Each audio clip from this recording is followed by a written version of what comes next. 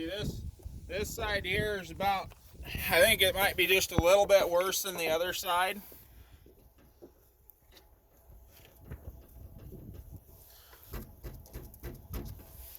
And see how I took that apart was, these are the professional tools. You're not supposed to walk on this stuff. Like this right here, I think is a wood chisel. I found it this way in somebody's box of stuff that I would have acquired on a garage sale or who knows what. Or an auction. Or an auction. But I've used it some.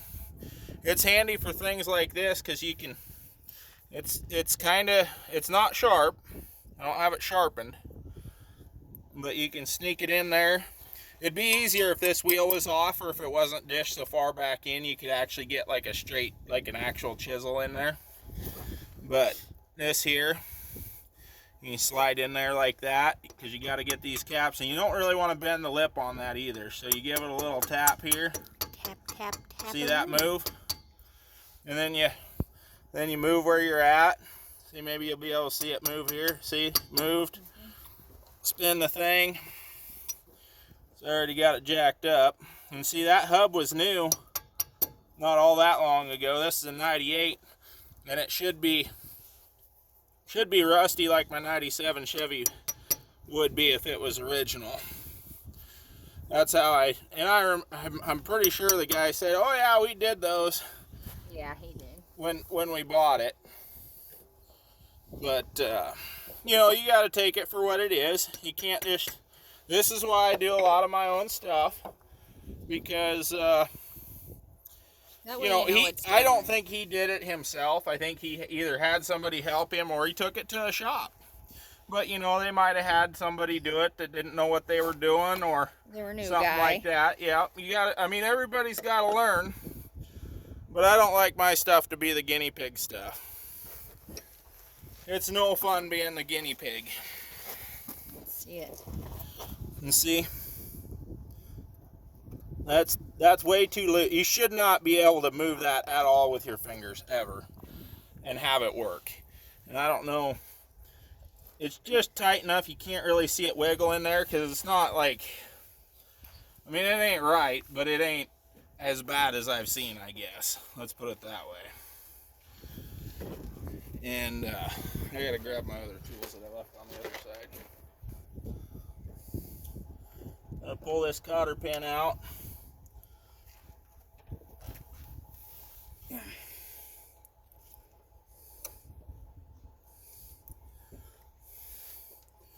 Try to get that tab straight before I pull this one out.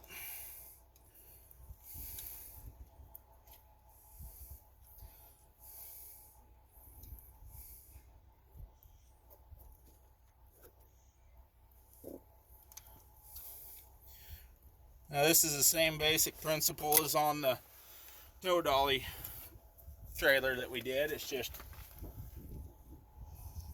this is a little more critical being on the front of a passenger vehicle, you know. Let's see, we'll see how, that wasn't a whole lot. Went about, would have been about a 1/12 of a turn is probably where it should have been. Now that one's gritchy. We'll have to tighten her on up and see where we're at with this side. And they might not have known that you got to preload. Oh, that feels better. You got to preload them bearings and get them set. You over tighten them to start with, and then you back them off. And then they might be Chinese bearings or something too. But that's how you test if they're rough or not. You want the equal amount of pressure the whole way around, just enough to move it. And if it drags, then you know you got a rough bearing.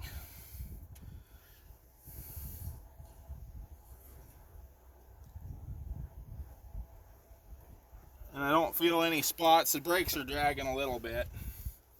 Mom, Oh, there might be. The hole.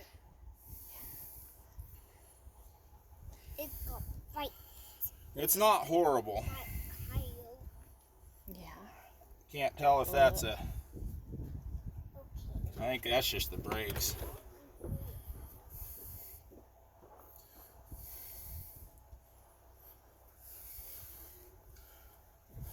And of course it's not wiggling anymore. The whole vehicle is, but the tire, you know, you can hit it. You can't hear that clunking. Like metal on metal. You just hear my hand hit the tire. Now, that is way too screaming tight.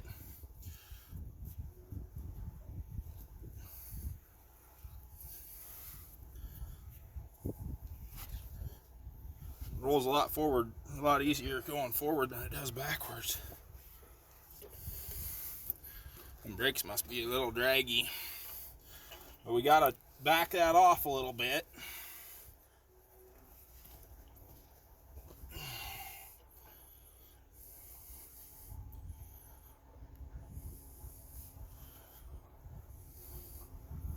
Yeah, see, I backed that off. See, if I leave it completely loose, it's still tight, so it's the brakes being gritchy. We gotta retighten it up again. Spin it a little.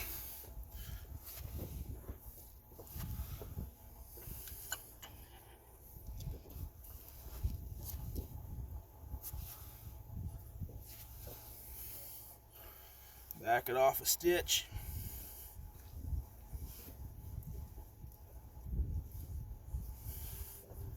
About right there, I would say.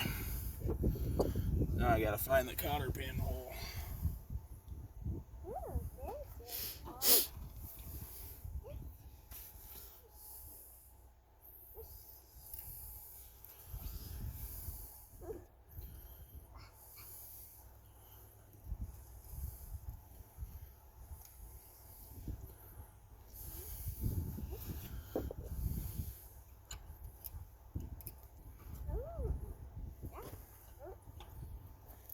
There's one. There should be one about right there. Should be two cotter pin holes. Yep, here it is right here. Usually one, like the one is right underneath this right here, and the other one should be in the gap then. They have one about every 12th of a turn, so that way you can kind of fine tune it a little bit. Yep, see there, about right there, center. It's just a thing of keeping your cotter pin straight so you can get it back in there. I didn't straighten it out. Oh, I thought it was straighter than that. It's okay.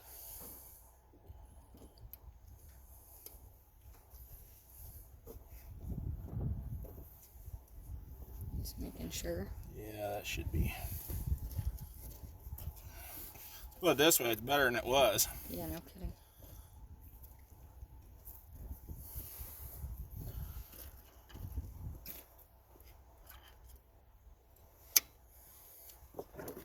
Like a glove. I'm going to tighten that up against that. I think when I get done, it might back off on its own, but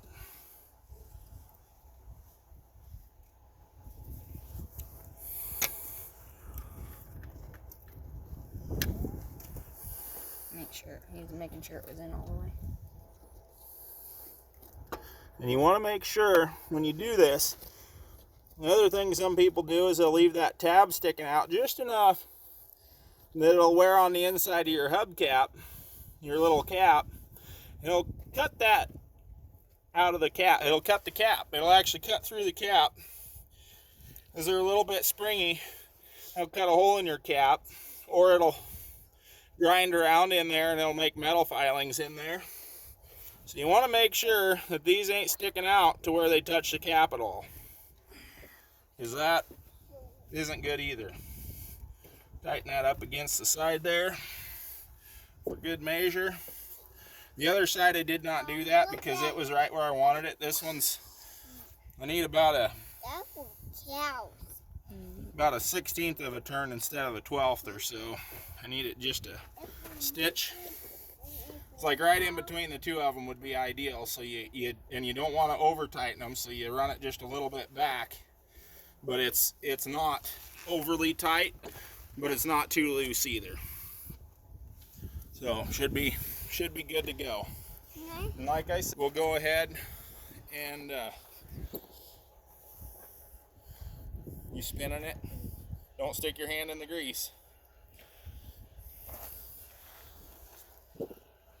Master inspector had to look at it first, I guess. And you kind of get them started on there, and I'll show you. Now if you take something like this and you pound that cap back on, you can do that. It'll usually work fine and not be a problem. Better if you got like a dead blow hammer. You okay? Yeah. Okay. It's better if you take, because these are soft. See, I did the other side already. And you just kind of, you don't want to get wild with it. You try not to dent them caps. And you can hear it.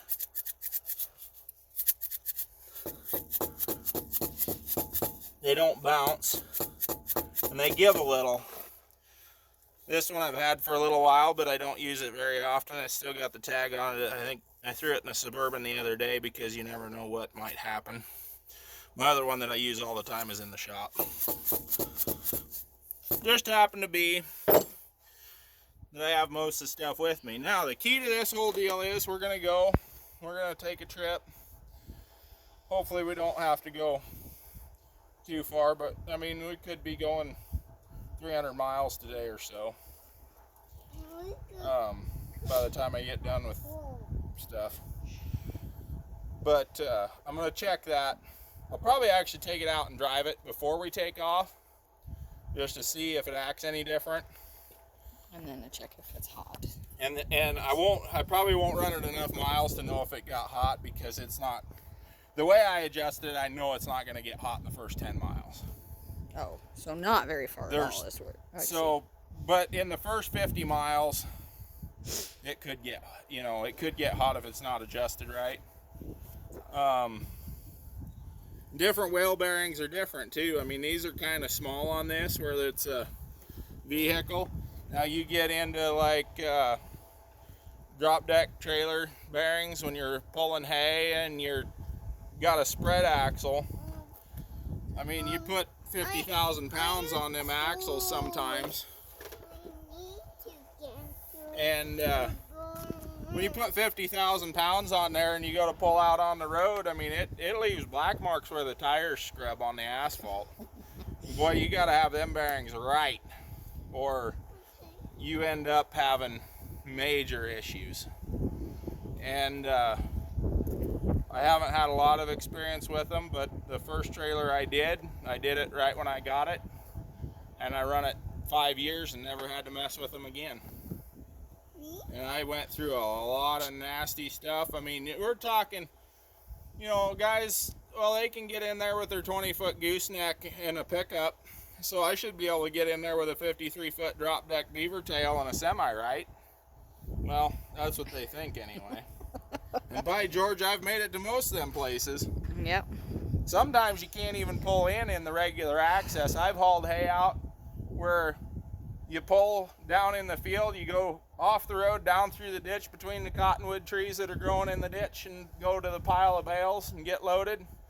And then you come back out and you got to kind of get a little bit of a run at it, but yet you don't want to tweak everything or throw the load out of kilter.